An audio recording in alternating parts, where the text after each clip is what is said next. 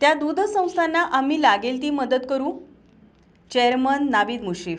भावा, अरे ऊस बिलात नाही, आधी गाडी घेऊया, पाणीपट्टी नंतर भरूया. अरे मर्दा, गाडी घेऊन पेट्रोलवर खर्च करण्यापेक्षा पाणीपट्टी भर आणि भविष्यात शेतीच्या पाण्याची चिंता मिटवू. कोल्हापूर पाटबंधारे मंडळांतर्गत कोल्हापूर पाटबंधारे विभाग दक्षिण आणि उत्तर कोल्हापूर यांचे विनम्र आवाहन. पाणीपट्टी भरा, जलसंपदा विभागास सहकार्य करा.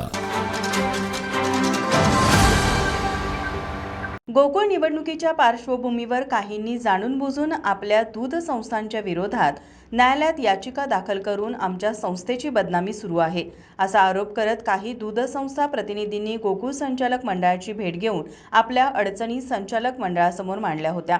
त्यानंतर सर्व 1200 दूध संस्था प्रतिनिधींची बैठक कोल्हापुरातील धैर्यप्रसाद हॉलमध्ये आयोजित करण्यात आली होती. काही दूध संस्था प्रतिनिधींनी आपल्या अडचणी संचालक मंडळासमोर मांडल्या. यावेळी गोकुळचे संचालक मंडळ त्या दूध संस्थांच्या पाठीशी राहून त्यांना लागेल ती मदत करणार असल्याचे चेअरमन नावीद मुश्रीफ यांनी सांगितले. ते म्हणाले, या सर्व संस्था आता मगाशी कुलकर्णी साहेब भाषण केले, मगाशी युवराज पाटलांचं भाषण झालं. आता कुलकर्णी साहेबांची 1974ची संस्था आणि रोज त्यांचं 350-400 लिटर रोज दूध संघाला दूध पुरवठा या ठिकाणी. आणि तिने मला वाटतं त्यांच्या वडिलांच्या पासून तिने मतदानाचा अधिकार या दूध संघाला या ठिकाणी तिने मतदान केलेलं आहे. आणि आता अचानकपणे त्यांना नोटीस आली आणि तुमची दूध संस्था अपात्र आहे असं त्यांना सांगण्यात आलं. म्हणजे एक अन्याय या ठिकाणी आमच्या दूध उत्पादक सभासदांच्यावर या ठिकाणी अन्याय होत आहे.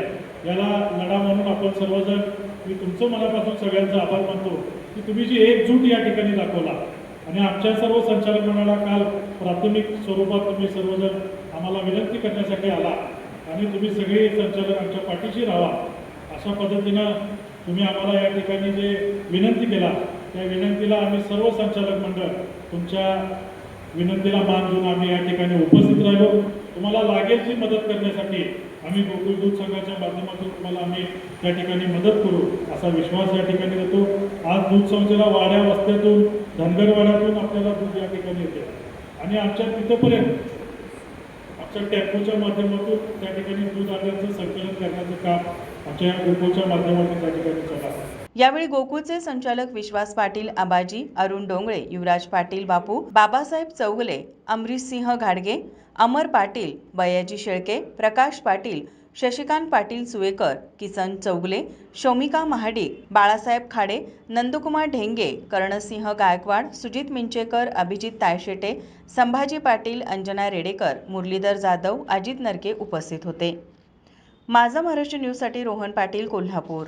ताज्या घडामोडी पाहण्यासाठी माझा महाराष्ट्र न्यूजला आजच सबस्क्राईब करा.